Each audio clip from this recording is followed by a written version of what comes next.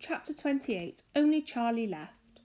"Which room shall it be next?" said Mr. Wonka, as he turned away and darted into the lift. "Come on, hurry up.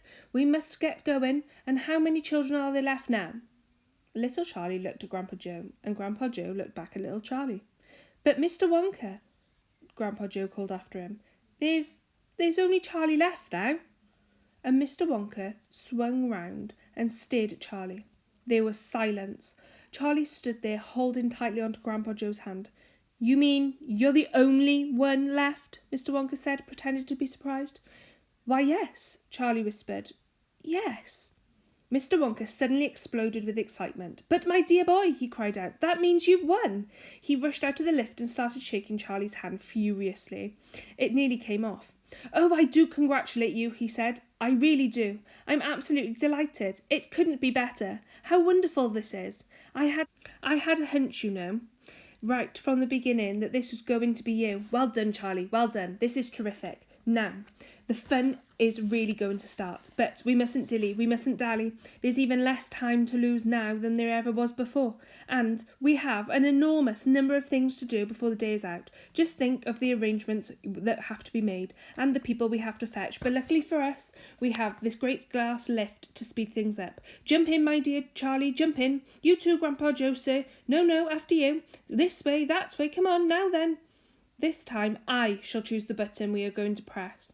Mr. Wonka's bright, twinkling blue eyes rested for a moment on Charlie's face. Something crazy was going to happen now, Charlie thought.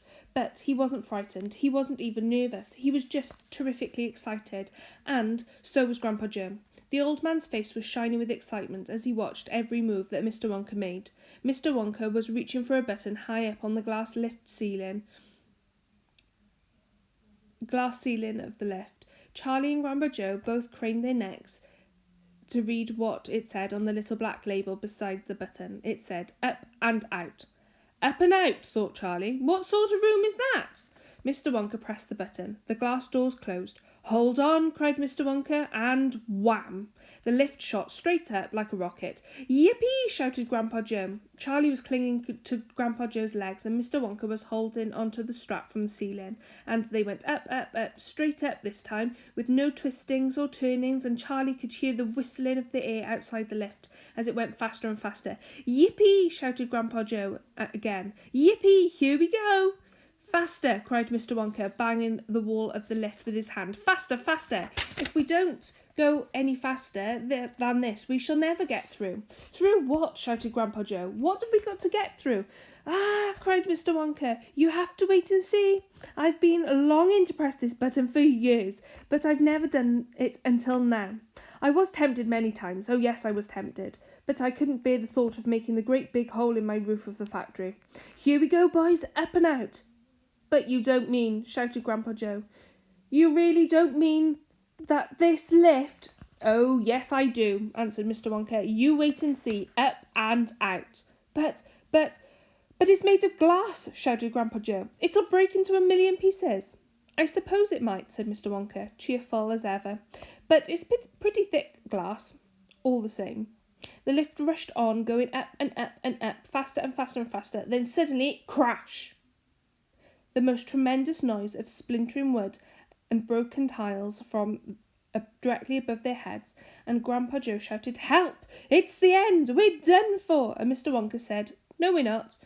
We're through. We're out." Sure enough, the lift had shot right up through the roof of the factory and was now rising into the sky like a rocket, and the sunshine was pouring in through the glass roof. In 5 seconds, they were thousands of feet up in the sky. "The lift's gone mad!" shouted Grandpa Joe. "Have no fear, my dear sir," said Mr. Wonka calmly, and he pressed another button. The lift stopped. It stopped, and it hung in mid-air, hovering like a helicopter, hovering over the factory and over the very town itself. Lay spread out below them like a picture postcard. Looking down through the glass door on which he was standing, Charlie could see the small far-away houses and the streets and the snow that lay thickly over everything.